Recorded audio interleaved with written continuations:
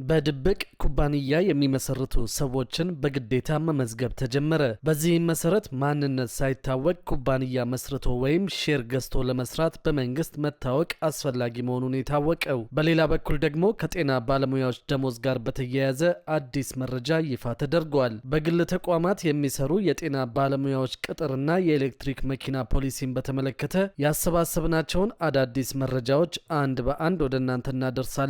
እስከ መጨረሻው አብራችሁን ቆዩ። በኢትዮጵያ ተመዝግበው ከሚንቀሳቀሱ ኩባንያዎች ጀርባ ያሉ እውነተኛ ባለቤቶችን ወይም ቀጥተኛ ባልሆነ መንገድ የባለቤትነት ድርሻ የያዙ አሊያም በንብረት የመጠቀምና ትርፍ የመጋራት መብት ያላቸውን ሰዎች ለመመዝገብ የሚያስችል ደንብ መጽደቁን ሰምተናል።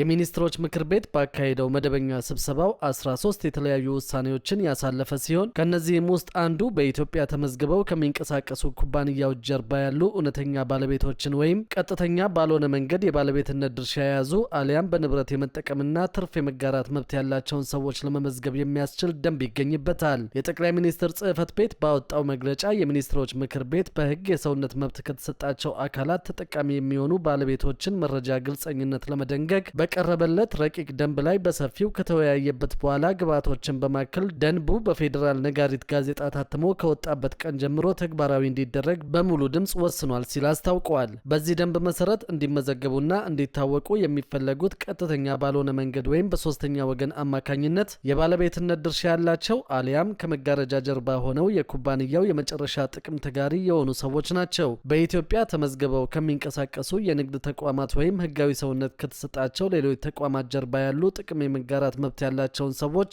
መመዝገብ ያስፈለገውም እንደ ሙስና፣ ሕገወጥ የገንዘብ ዝውውርና በሕገወጥ መንገድ የተገኘ ገንዘብን ሕጋዊ አስመስሎ የማቅረብ ወንጀሎችን ለመከላከል ነው። የጠቅላይ ሚኒስትር ጽሕፈት ቤት ባወጣው መግለጫም የጸደቀው ደንብ በወንጀል ድርጊት የተገኘ ገንዘብን ወይም ንብረትን ሕጋዊ አስመስሎ ማቅረብንና ሽብርተኝነትን በገንዘብ መርዳትን ለመከላከልና ለመቆጣጠር የወጣውን አዋጅ በአግባቡ ለማስፈጸም ያለመ እንደሆነ አስረድተዋል። በወንጀል ድርጊት የተገኘ ገንዘብ ወይም ንብረት ሕጋዊ አስመስሎ ማቅረብና ሽብርተኝነትን በገንዘብ መርዳትን ለመከላከል የወጣ ማሻሻያ አዋጅ መሰረት እውነተኛ ባለቤት ወይም የጥቅም ተጋሪ ባለቤት ማለት ደንበኛን ወይም አንድን ሂሳብ በፍጹም ባለቤትነት የሚይዝ ወይም የሚቆጣጠር ግለሰብ ግብይት በስሙ የሚካሄድለት ሰው ወይም አንድን በሕግ የሰውነት መብት የተሰጠውን አካል ወይም ከሕግ የመነጨ አደረጃጀትን ለመቆጣጠር ፍጹም ስልጣን ያለው ሰው እንደሆነ ይደነግጋል። በዚህ ትርጓሜ ውስጥ ግብይት በስሙ የሚፈጸምለት ሰው የሚለው ሀረግ በሶስተኛ ወገን አማካኝነት የባለቤትነት ድርሻ ያላቸው አሊያም ከመጋረጃ ጀርባ ሆነው የኩባንያውን የመጨረሻ ጥቅም ተጋሪ የሆኑ ሰዎችን ለማመላከት እንደሆነ ምንጮች ገልጸዋል። ምንጮች እንደገለጹት እውነተኛ ተጠቃሚዎችን ወይም ከመጋረጃ ጀርባ የጥቅም ተጋሪ የሆኑ ሰዎችን የሚመዘገቡበትን መዝገብ የማቋቋምና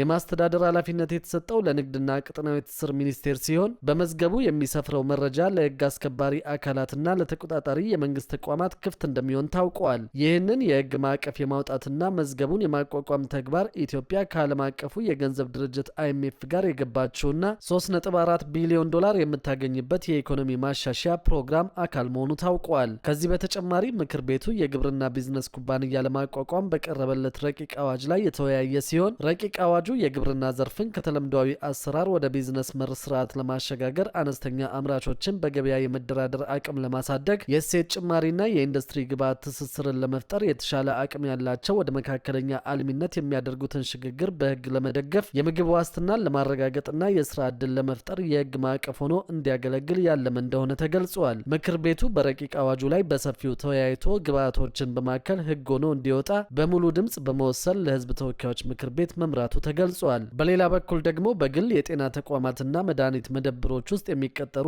አዲስ ባለሙያዎች ከዚህ በኋላ የቅጥር ውል ሲፈጽሙ በየደረጃው በሚገኙ የመንግስት የጤና መዋቅሮች እውቅና እንዲሆን ታዘዘ።